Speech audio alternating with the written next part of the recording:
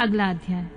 प्रयाग में समस्त महात्मा मुनियों द्वारा किए गए यज्ञ में दक्ष का भगवान शिव को तिरस्कार पूर्वक शाप देना तथा नंदी द्वारा ब्राह्मण कुल को शाप प्रदान, भगवान शिव का नंदी को शांत करना।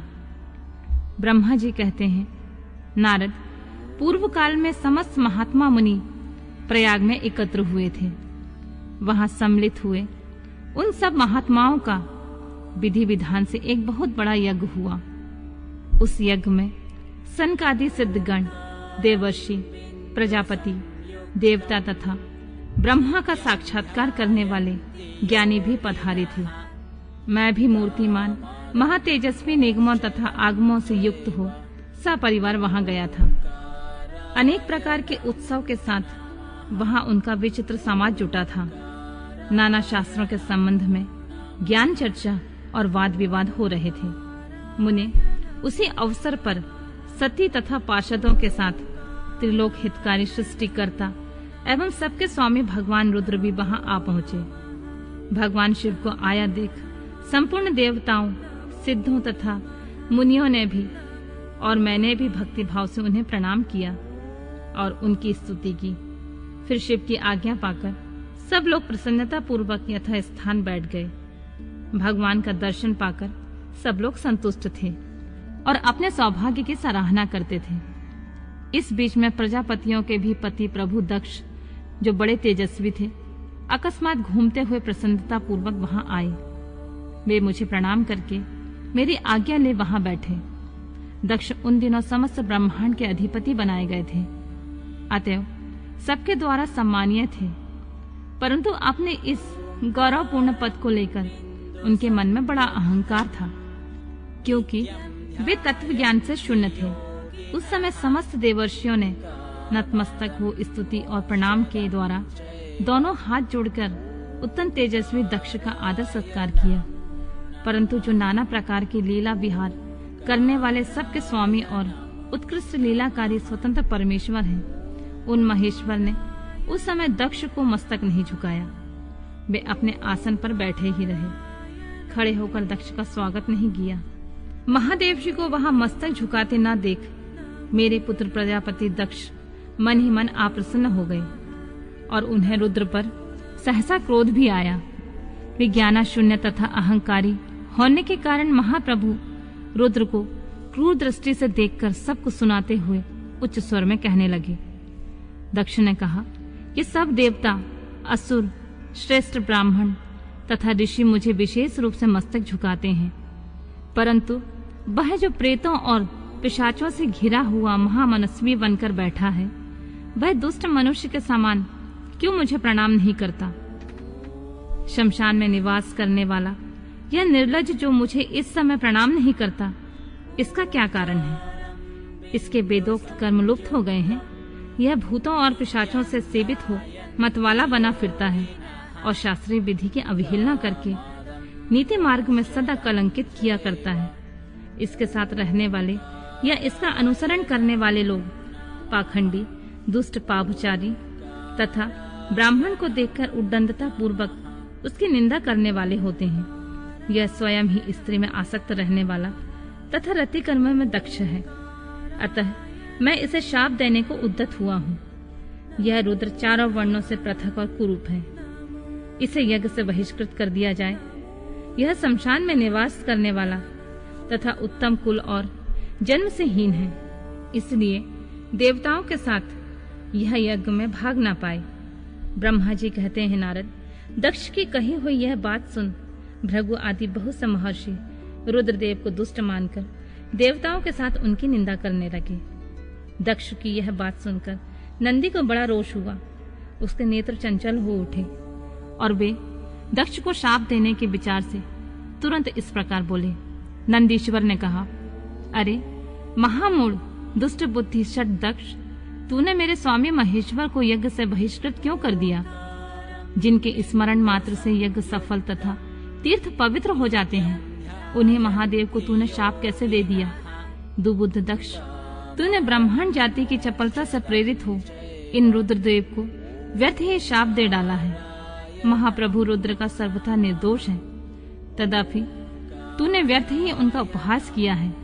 ब्राह्मण धम, जिन्होंने इस जगत की सृष्टि की है, जो इनका पालन करते हैं और अंत में जिनके द्वारा इनका संहार होगा, उन्हीं इन महेश्वर रूप को तूने शाप कैसे दे दिया है।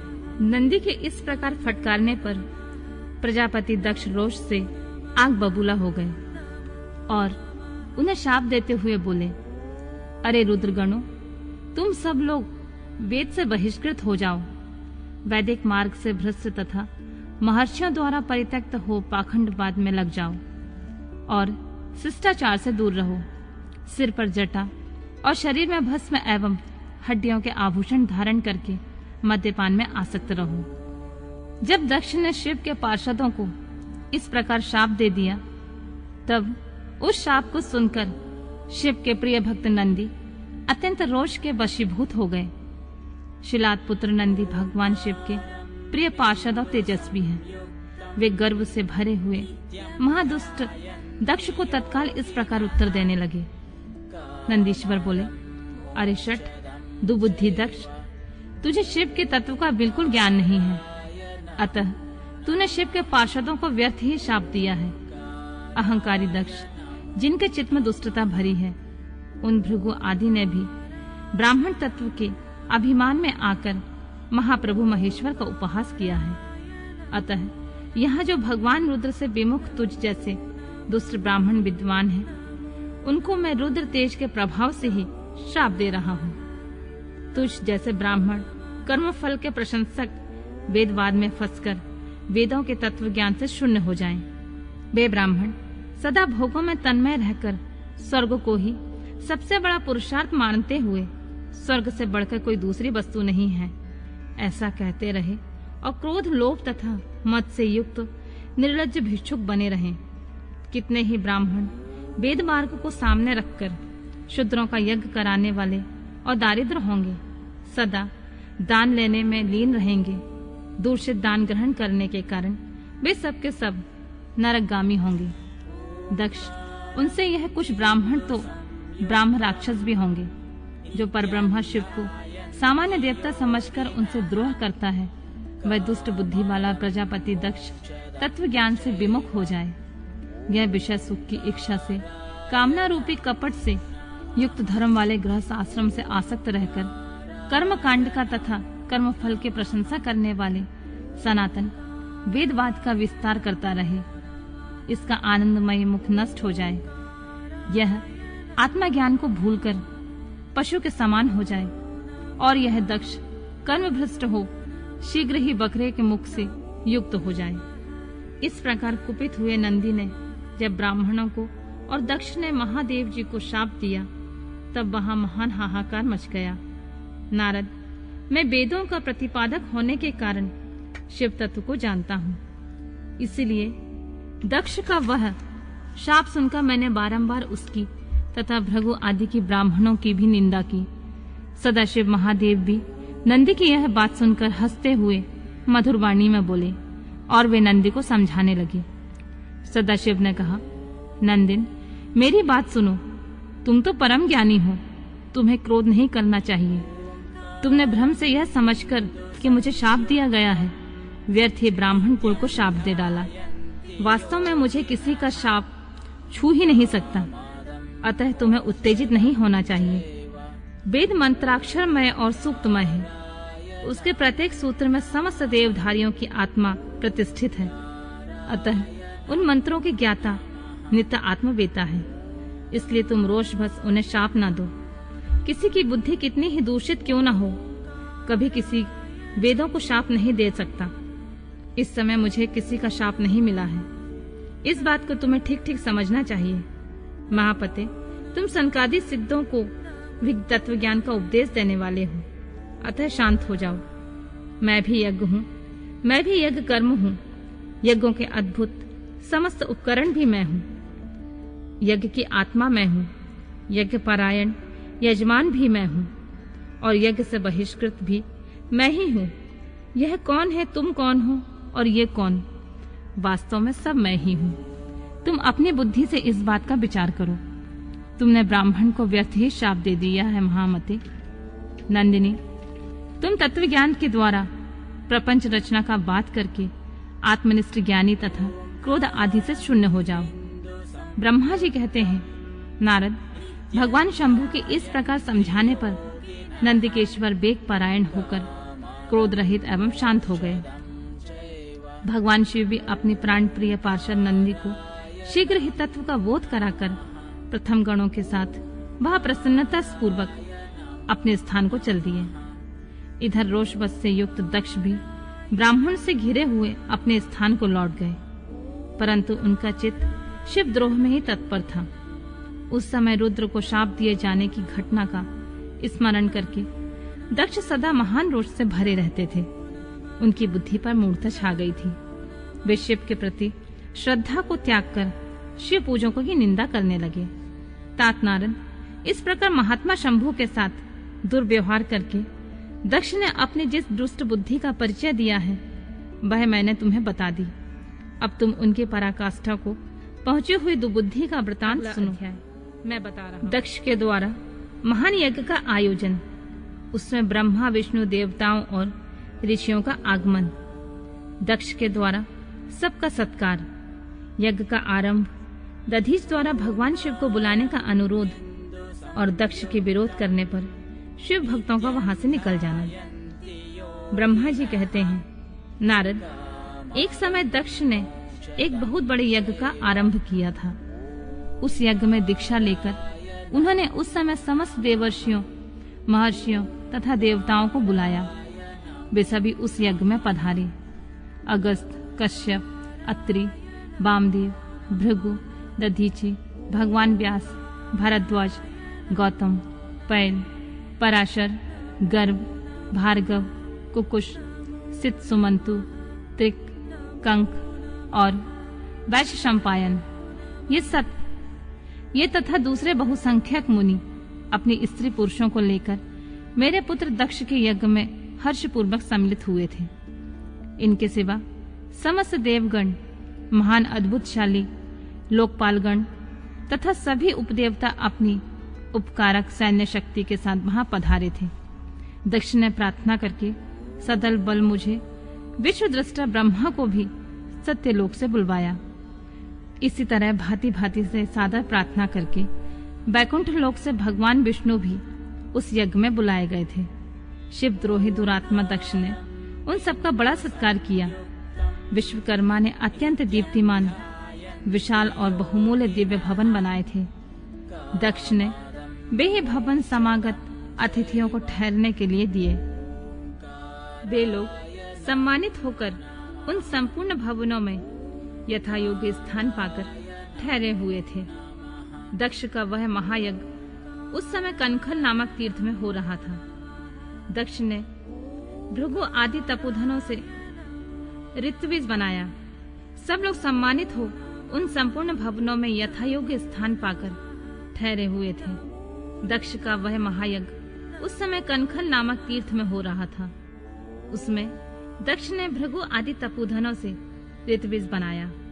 संपूर्ण मरुद गणों के साथ स्वयं भगवान विष्णु उसके अधिष्ठाता थे। वे वेदत्रयी की विधि को दिखाने या बताने वाला ब्रह्मा बना था। इसी तरह संपूर्ण दिक्पाल अपने आयुधों और परिवारों के साथ द्वारपाल एवं रक्षक बने थे और सदा कौतूहल पैदा करते थे। स्वयं यज्ञ सुंदर रूप धारण करके दक्ष के उस यज्ञ मंडल में उपस्थित था। महामुनियों में श्रेष्ठ सभी महर्षि स्वयं वेदों को धारण करने वाले हुए थे।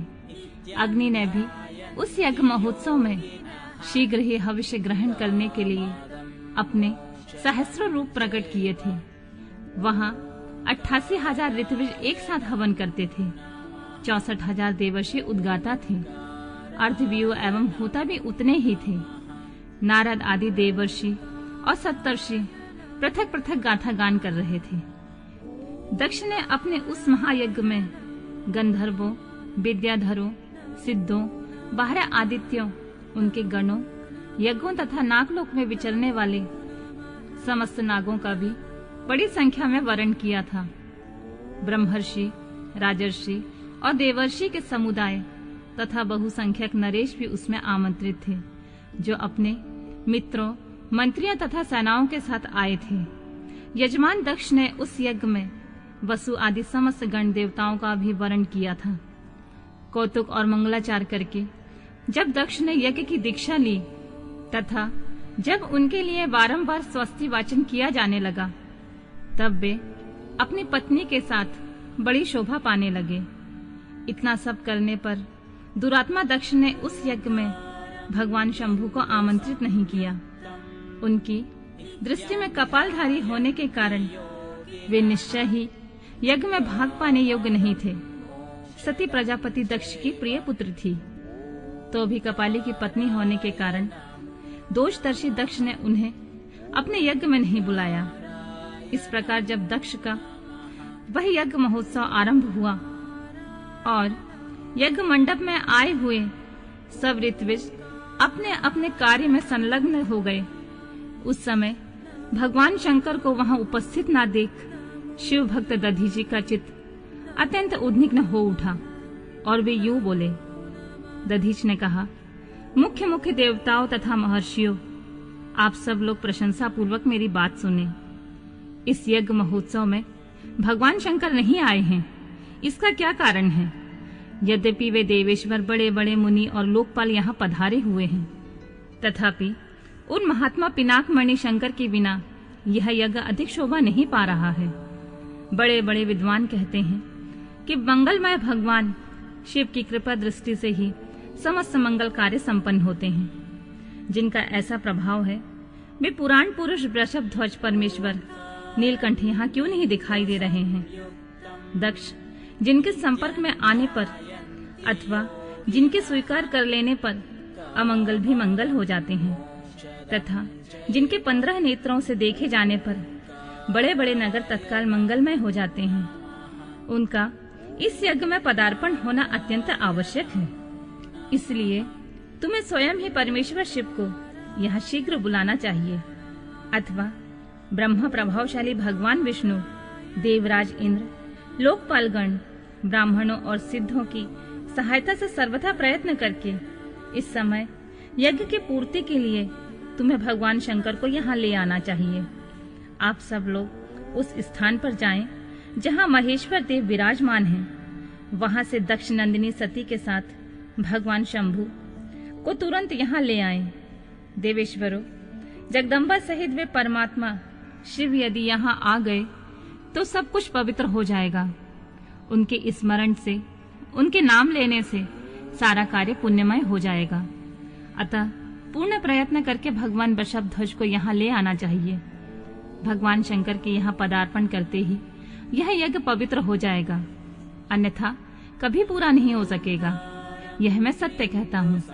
दधीच का यह वचन सुनकर दुष्ट बुद्धि वाले मूढ़ दक्ष ने हंसते हुए रोष पूर्वक कहा, भगवान विष्णु संपूर्ण देवताओं के मूल हैं, जिनमें सनातन धर्म प्रतिष्ठित है। जब इनको मैंने सादर पूर्वक बुला लिया है, तब इस यज्ञ में क्या कमी हो सकती है? जिनके वेद, यज्ञ और नाना प्रकार के समस्त कर्म प्रतिष्ठित है, वे भगवान विष्णु तो यहाँ आ ही गए हैं। इनके सिवा सत्य लोक में लोक पितामह ब्रह्मा वेदों, उपनिषदों और विविध आगमों के साथ यहाँ पधारे हैं। देवगणों के साथ स्वयं देवराज इंद्र का भी शुभ आगमन हुआ है, तथा आप जैसे निष्पाप महर्षि भी यहाँ आ गए हैं। जो महर्षि यज्ञ में सम्मिलित होने के योग्य, शांत और सुपात्र हैं, वे वेद और वेदार्थ के तत्व को जानने वाले हैं और दृढ़ता पूर्वक व्रत का पालन करते हैं। वे सब और स्वयं आप भी जब यहाँ पदार्पण कर चुके हैं, तब हमें यहाँ रुद्र से क्या प्रयोजन है विप्रवर? मैंने ब्रह्मा जी के कहने से ही अपनी कन्या रुद्र को दी थी। वैसे मैं जानता हूँ हर कुलीन नहीं है, उनकी न माता है न पिता है। वे भूत प्रेतों और पिशाचों के स्वामी हैं, अकेले रहते हैं। उनका अतिक्रमण करना दूसरों के लिए अत्यंत कठिन है। वे आत्म प्रशंसक, मूढ़, जड़, मौनी और ईर्ष्यालु हैं। इस यज्ञ कर्म में बुलाए जाने योग्य नहीं है, इसलिए मैंने उन्हें यहाँ नहीं बुलाया है। अतः दधीच जी, आपको फिर कभी ऐसी बात नहीं करनी चाहिए। मेरी प्रार्थना है कि आप सब लोग मिलकर मेरे इस महान यज्ञ को सफल बनाएं। दक्ष की बात सुनकर दधीच ने समस्त देवताओं और मुनियों के सुनते हुए यह सार्वगर्भित बात कही। दक्ष, उन भगवान शंकर के बिना यह महान यज्ञ अयज्ञ हो गया। अब यह यज्ञ कहलाने योग्य नहीं रह गया। विशेषतः इस यज्ञ में तुम्हारा विनाश हो जाएगा। ऐसा कहकर दधीच दक्ष की यज्ञशाला में अकेले ही निकल पड़े और तुरंत अपने आश्रम को चल दिए। तदनंतर जो मुख्य मुख्य शिव भक्त तथा शिव के मत का अनुसरण करने वाले थे, वे भी दक्ष को वैसा ही शाप देकर तुरंत वहां से निकले और अपने आश्रम को चले गए।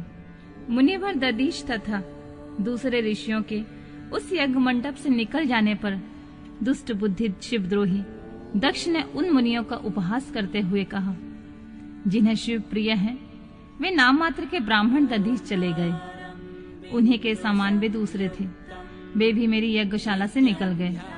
यह बड़ी शुभ बात हुई। मुझे सदा यही अभीष्ट है देवेश। देवताओं और मुनियों, मैं सत्य कहता हूँ, जिनके चित्त की विचार शक्ति नष्ट हो गई है, जो मंद बुद्धि हैं और मिथ्यावाद में लगे हुए हैं, ऐसे वेद बहिष्कृत दुराचारी लोगों को यज्ञ कर्म में त्याग ही देना चाहिए। विष्णु आदि आप सब देवता और ब्राह्मण वेदवादी हैं, अतः मेरे इस यज्ञ को शीघ्र ही सफल बनाएं। ब्रह्मा जी कहते हैं, दक्ष की यह बात सुनकर शिव के माया से मोहित हुए समस्त देवर्षि उस यज्ञ मंडप में देवताओं का पूजन और हवन करने लगे। मुनीश्वर नारद, इस प्रकार उस यज्ञ को जो शाप मिला उसका वर्णन किया गया है। अब यज्ञ के विध्वंस की घटना को बताया जाता है। अगला अध्याय। सो उसे आदर। दक्ष यज्ञ का समाचार पा सती का शिव से वहां चलने के लिए अनुरोध। दक्ष के शिव द्रोह को जानकर भगवान शिव की आज्ञा से देवी सती का पिता के यज्ञ मंडप की ओर शिव गणों के साथ प्रस्थान। ब्रह्मा जी कहते हैं, नारद, जब देवर्षि गण बड़े उत्साह और हर्ष के साथ दक्ष के यज्ञ में जा रहे थे, उसी समय दक्ष कन्या देवी सती गंधमादन पर्वत पर चंदोबे से युक्त धारा गृह में सखियों के साथ घिरी हुई भांति भांति की उत्तम क्रीड़ाएं कर रही थीं। प्रसन्नता पूर्वक क्रीड़ा में लगी हुई देवी सती ने उस समय रोहिणी के साथ दक्ष यज्ञ में जाते हुए चंद्रमा को देखा। देखकर वे अपनी हितकारिणी प्राण प्यारी श्रेष्ठ सखी विजया से बोली, मेरी सखियों में श्रेष्ठ प्राण प्रिय विजय, जल्दी जाकर पूछ तो आ, ये चंद्रदेव रोहिणी के साथ कहाँ जा रहे हैं। सती के इस प्रकार की आज्ञा देने पर विजया तुरंत उनके पास गई और उसने यथोचित शिष्टाचार के साथ पूछा, चंद्रदेव आप कहाँ जा रहे हैं। विजया का यह प्रश्न सुनकर चंद्रदेव ने अपनी यात्रा का उद्देश्य आदर पूर्वक बताया। दक्ष के यहाँ होने वाले महोत्सव आदि का सारा वृतांत कहा। वह सब सुनकर विजया बड़ी उतावली के साथ देवी के पास आई और चंद्रमा ने जो जो कहा था उसने सब कह सुनाया। उसे सुनकर कालिका सती देवी को बड़ा विस्मय हुआ। अपने यहाँ सूचना न मिलने का क्या कारण है। बहुत सोच विचारने पर भी उनकी समझ में नहीं आया। तब उन्होंने पार्षदों से घिरे अपने स्वामी भगवान शिव के पास आकर भगवान शंकर से पूछा, प्रभु, मैंने सुना है कि मेरे पिताजी के यहाँ बहुत बड़ा यज्ञ हो रहा है। उसमें बहुत बड़ा उत्साह होगा। उसमें सब देवर्षि एकत्र हो रहे हैं। देव देवेश्वर, पिताजी के उस महान यज्ञ में चलने की रुचि आपको क्यों नहीं हो रही है। इस विषय में जो बात है मुझे सब बताइए। महादेव, सुहृदों का धर्म है वह सुहृदों के साथ मिले जुले। यह मिलन उनके महान प्रेम को बढ़ाने वाला होता है। अतः प्रभु, मेरे स्वामी, आप मेरी प्रार्थना मानकर सर्वथा प्रयत्न करके मेरे साथ पिताजी की यज्ञशाला में आज ही चलिए। सत्य की यह बात सुनकर भगवान महादेव, जिनका हृदय दक्ष के बागवानों से घायल हो चुका था, मधुर वाणी में बोले, देवी, तुम्हारे पिता दक्ष मेरे विशेष द्रोही हो गए हैं। जो प्रमुख देवताओं और ऋषि अभिमानी, मूढ़ और ज्ञान शून्य हैं, वे ही सब तुम्हारे पिता के यज्ञ में गए हैं। जो लोग बिना बुलाए दूसरे के घर जाते हैं वे वहां अनादर पाते हैं और जो मृत्यु से बढ़कर भी कष्टदायक होती है। अतः प्रिय, तुमको और मुझको तो विशेष रूप से दक्ष के यज्ञ में जाना नहीं चाहिए, क्योंकि हमें वहां बुलाया नहीं गया है। मैंने सच्ची बात कही है। महात्मा महेश्वर के ऐसा कहने पर सती रोषपूर्वक बोली, शंभु, आप सबके ईश्वर हैं, जिनके जाने से यज्ञ सफल होता है। उन्हें आपको मेरे दुष्ट पिता ने इस समय आमंत्रित नहीं किया है प्रभु। उस दुरात्मा का क्या अभिप्राय है, मैं सब जानना चाहती हूँ। साथ ही वहां आए हुए संपूर्ण दुरात्मा देवर्षियों का मनोभाव का भी मैं पता लगाना चाहती हूँ। अतः प्रभु, मैं आज ही पिता के यज्ञ में जाती हूँ। नाथ महेश्वर, आप मुझे जाने की आज्ञा दे दें। देवी सती के ऐसा कहने पर सर्वज्ञ सर्वदृष्टा सृष्टिकर्ता एवं कल्याण स्वरूप साक्षात भगवान रुद्र ने उनसे इस प्रकार बोला। शिव ने कहा, उत्तम व्रत का पालन करने वाली देवी, यदि इस प्रकार तुम्हारी रुचि वहां अवश्य जाने के लिए हो गई है, तो मेरी आज्ञा से तुम शीघ्र ही अपने पिता के यज्ञ में जाओ। यह नंदी वृषभ सुसज्जित है। तुम एक महारानी के अनुरूप राजोपचार साथ ले सादर इस पर सवार हो बहुसंख्यक प्रथम गणों के साथ यात्रा करो। प्रिय, इस विभूषित वृषभ पर आरूढ़ हो। रुद्र के इस प्रकार आदेश देने पर सुंदर आभूषणों से अलंकृत सती देवी सब साधनों से युक्त हो पिता के घर चली। परमात्मा शिव ने उन्हें सुंदर वस्त्र आभूषण तथा परम उज्जवल छत्र चामर आदि महाराजोचित उपचार दिए। भगवान शिव की आज्ञा से 60,000 रुद्रगण बड़ी संख्या में प्रसन्नता और महान उत्साह के साथ कौतूहल पूर्वक सती के साथ गए। उस समय वहां यज्ञ के लिए यात्रा करते समय सब और महान उत्साह होने लगा। महादेव जी के गण ने शिव प्रिया सती के लिए बड़ा भारी उत्सव रचाया। वे सभी गण कौतूहल पूर्ण कार्य करने तथा सती और शिव के यश को गाने लगे। शिव के प्रिय और महान वीर प्रथम गण प्रसन्नता पूर्वक उछलते कूदते चल रहे थे। जगदम्बा के यात्रा काल में सब प्रकार से बड़ी बड़ी भारी शोभा हो रही थी। उस समय जो सुखद जय जयकार आदि का शब्द प्रकट हुआ, उससे यज्ञशाला में शिव का भाग न देखकर सती के रोषपूर्ण वचन, दक्ष द्वारा शिव की निंदा सुन दक्ष तथा देवताओं को धिक्कार फटकार कर सती द्वारा अपने प्राण त्याग का निश्चय। ब्रह्मा जी कहते हैं, नारद, दक्ष कन्या सती उस स्थान पर गईं जहां वह महान प्रकाश से युक्त यज्ञ हो रहा था। वहां देवता, असुर और मुनींद्र आदि के द्वारा कौतूहल पूर्ण कार्य हो रहे थे। सती ने वहां अपने पिता के भवन को नाना प्रकार की आश्चर्यजनक वस्तुओं से संपन्न, उत्तम प्रभा से परिपूर्ण, मनोहर तथा देवताओं और ऋषियों के समुदाय से भरा हुआ देखा। देवी सती भवन के द्वार पर जाकर खड़ी हुई और अपने वाहन नंदी से उतरकर अकेले ही शीघ्रता पूर्वक यज्ञशाला के भीतर चली गईं। सती को आई देख उनकी यशस्विनी माता वीरनी ने और उनकी बहनों ने उनका यथोचित आदर सत्कार किया, परंतु दक्ष ने उन्हें देखकर भी कुछ आदर सत्कार नहीं किया। उन्हीं के भय से शिव की माया से मोहित हुए दूसरे लोग भी उनके प्रति आदर का भाव न दिखा सके। मुने, सब लोगों के द्वारा तिरस्कार प्राप्त होने से सती को बड़ा विस्मय हुआ, तो भी उन्होंने अपने माता पिता के चरणों में मस्तक झुकाया। उस यज्ञ में सती ने विष्णु आदि देवताओं के भाग देखे, परंतु शंभु का भाग उन्हें कहीं नहीं दिखाई दिया। तब सती ने दूसरा क्रोध प्रकट किया।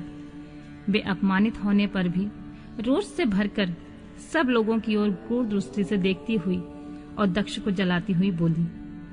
सती ने कहा, प्रजापति, आपने परम मंगलकारी भगवान शिव को इस यज्ञ में क्यों नहीं बुलाया, जिनके द्वारा यह संपूर्ण चराचर जगत पवित्र होता है, जो स्वयं ही यज्ञ वेताओं में श्रेष्ठ, यज्ञ के अंग, यज्ञ की दक्षिणा और यज्ञकर्ता और यजमान है। उन भगवान शंकर के बिना यज्ञ की सिद्धि कैसे हो सकती है अहो, जिनके स्मरण करने मात्र से ही सब कुछ पवित्र हो जाता है।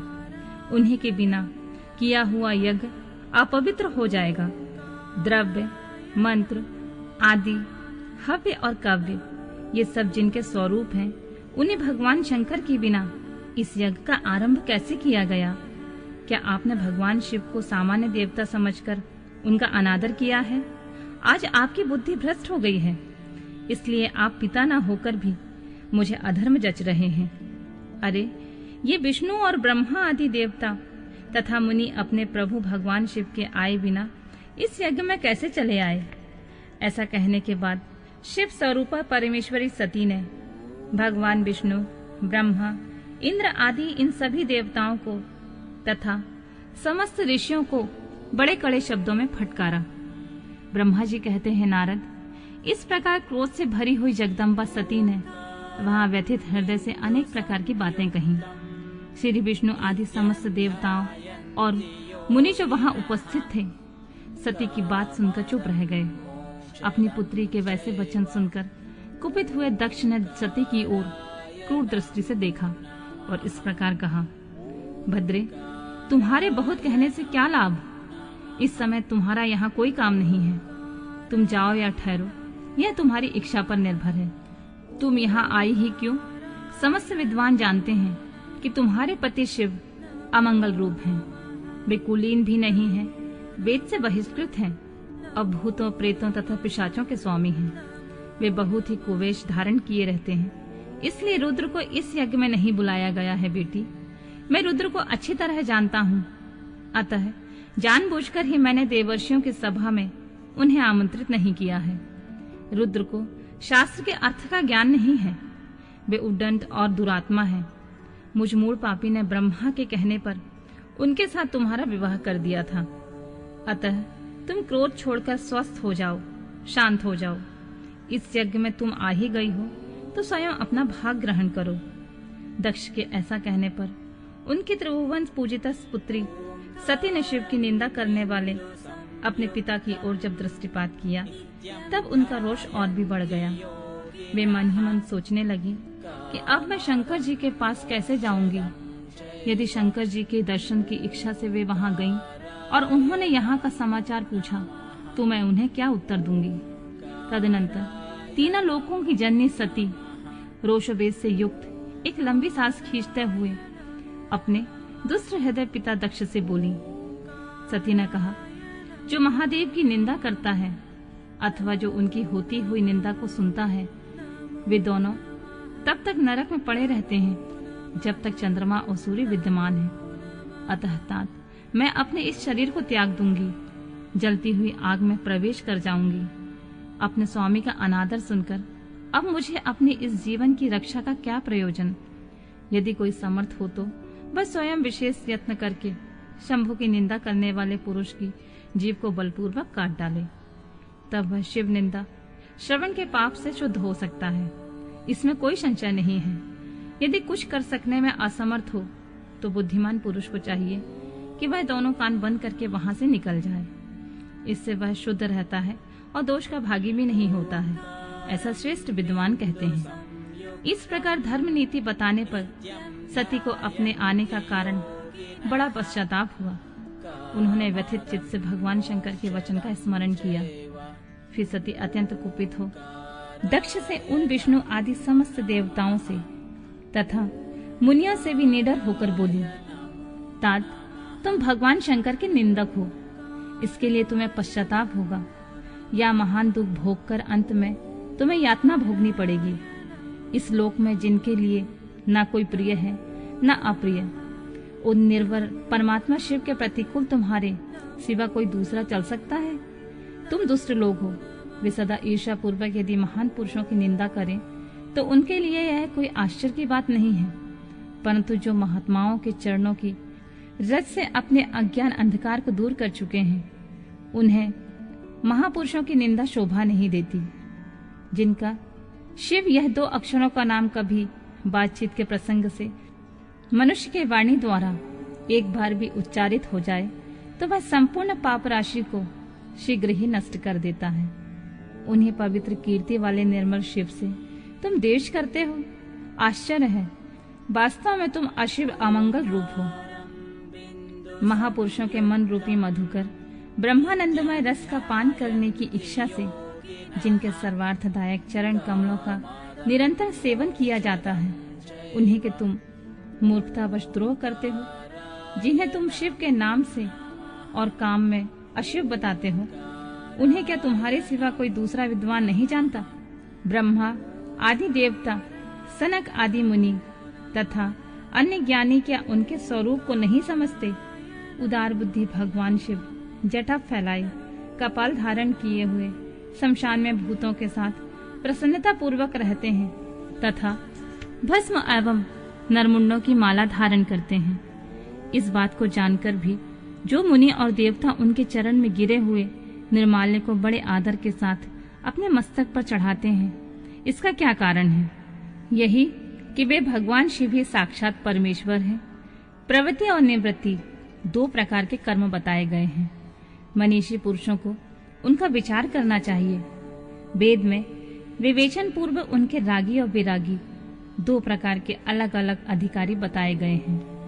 परस्पर विरोधी होने के कारण उक्त दोनों प्रकार के कर्मों का एक साथ एक ही कर्ता के द्वारा आचरण नहीं किया जा सकता। भगवान शंकर तो पर ब्रह्मा परमात्मा है, उनमें इन दोनों ही प्रकार के कर्मों का प्रवेश नहीं है। उन्हें कोई कर्म प्राप्त नहीं होता है। उन्हें किसी प्रकार के कर्म करने की आवश्यकता नहीं है। पिताजी, हमारा ऐश्वर्य अव्यक्त है, उनका कोई लक्षण व्यक्त नहीं है।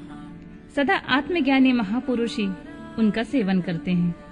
तुम्हारे पास ऐश्वर्य नहीं है। यज्ञशालाओं में रहकर वहां के अन्न से तृप्त होने वाले कर्मठ लोगों को जो भोग प्राप्त होता है उसमें वह ऐश्वर्य बहुत दूर है। जो महापुरुष की निंदा करने वाला और दुष्ट है उसके जन्म को धिक्कार है। विद्वान पुरुष को चाहिए कि उनके संबंध को विशेष रूप से प्रयत्न करके त्याग दें।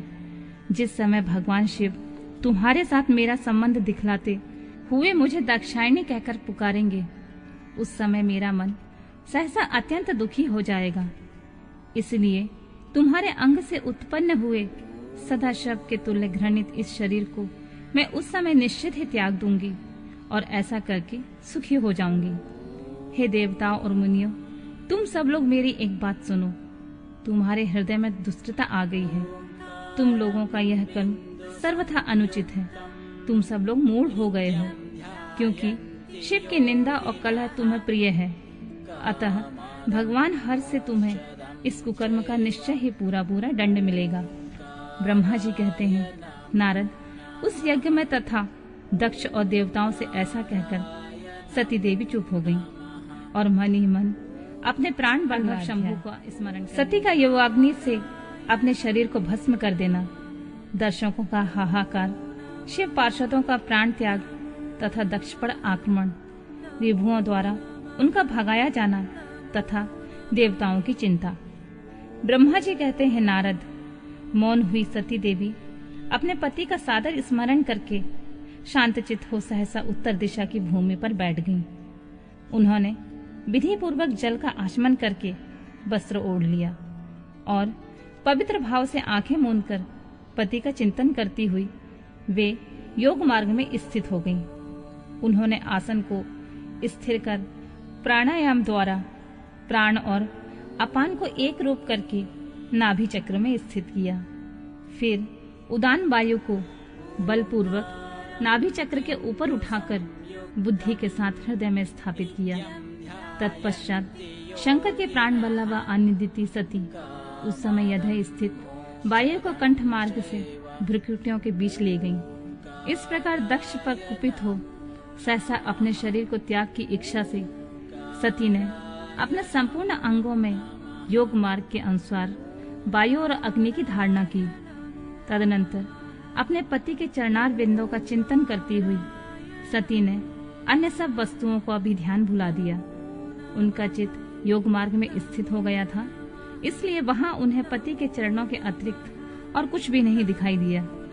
मुनिश्रेष्ठ, सती का निष्पाप शरीर तत्काल गिरा और उनकी इच्छा के अनुसार योगाग्नि में जलकर उसी क्षण भस्म हो गया। उस समय वहां आए हुए देवता आदि ने यह जब घटना देखी तब वे बड़े जोर जोर से हाहाकार करने लगे। उनका वह महान अद्भुत विचित्र एवं भयंकर हाहाकार आकाश में और पृथ्वी तल पर सब ओर फैल गया। सब लोग कह रहे थे, हाय, महान देवता भगवान शंकर की परम प्रेयसी सती देवी ने किस दुष्ट के दुर्व्यवहार से कुपित होकर अपने प्राण त्याग दिए। अहो, ब्रह्मा जी के पुत्र इस दक्ष की बड़ी भारी दुष्टता तो देखो। सारा चराचर जगत जिसकी संतान है उसी की पुत्री मनस्वी सती देवी जो सदा ही मान पाने की योग्य थी, उसके द्वारा ऐसे निरादृत हुई कि प्राणों से ही हाथ धो बैठी।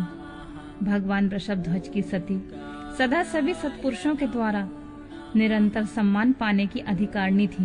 वास्तव में उनका हृदय बड़ा विशाल था। वह प्रजापति दक्ष ब्राह्मण द्रोही है, इसलिए सारे संसार में उसे महान अपयश प्राप्त होगा। उसकी अपनी ही पुत्री उसी के अपराध से जब प्राण त्याग करने को उद्यत हो गई, तब भी उस महान नरक भोगी शंखद्रोही ने उसे रोका तक नहीं। जिस समय सब लोग ऐसा कह रहे थे, उसी समय शिव के पार्षद सती का यह अद्भुत प्राण त्याग देखकर तुरंत ही क्रोधपूर्वक अस्त्र शस्त्र ले दक्ष को मारने के लिए उठ खड़े हुए। यज्ञ मंडप के द्वारपाल खड़े हुए वे भगवान शंकर के समस्त 60,000 पार्षद, जो बड़े भारी बलवान थे, अत्यंत रोष से भर गए और हमें धिक्कार है ऐसा कहते हुए भगवान शंकर के गण के वे सभी वीर यूथपति बारंबार उच्च स्वर में हाहाकार करने लगे। देवर्षि कितने ही पार्षद तो वहां शोक से ऐसे व्याकुल हो गए कि वे अत्यंत तीखे प्राण नाशक शस्त्रों द्वारा अपने ही मस्तक और मुख आदि अंगों पर आघात करने लगे। इस प्रकार 20,000 पार्षद उसी समय दक्ष कन्या के सती होने के साथ ही नष्ट हो गए। वह एक अद्भुत सी बात हुई। नष्ट होने से बचे हुए महात्मा शंकर के वे प्रथम गण क्रोध युक्त दक्ष को मारने के लिए हथियार लिए उठ खड़े हुए। मुने उन आक्रमणकारी पार्षदों का वेग देखकर भगवान भृगु ने यज्ञ में विघ्न डालने वालों का नाश करने के लिए नियत दक्षिणा अग्नि में आहुति दी। भृगु की आहुति देते ही यज्ञ कुंड से ऋभु नामक सहस्त्रों महादेवता, जो बड़े प्रबल और वीर थे, वहां प्रकट हो गए। मुनीश्वर उन सबके हाथ में जलती हुई लकड़ियां थीं। उनके साथ प्रथम गणों का अत्यंत विकट युद्ध हुआ, जो सुनने वालों के भी रोंगटे खड़े कर देने वाला था। उस ब्रह्म तेज से संपन्न महावीर ऋभुओं की वह सब ओर से ऐसी मार पड़ी, जिससे प्रथम गण बिना अधिक प्रयास के ही भाग खड़े हुए। इस प्रकार उन देवताओं ने उन शिव गणों को तुरंत मार भगाया। यह अद्भुत सी घटना भगवान शिव की महाशक्ति की इच्छा से ही हुई।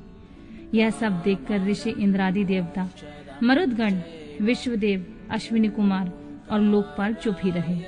कोई सब ओर से आकर यहाँ भगवान विष्णु से प्रार्थना करते थे कि किस तरह यह विघ्न टल जाए, और वे उद्विग्न होकर बार बार विघ्न निवारण के लिए आपस में सलाह करने लगे।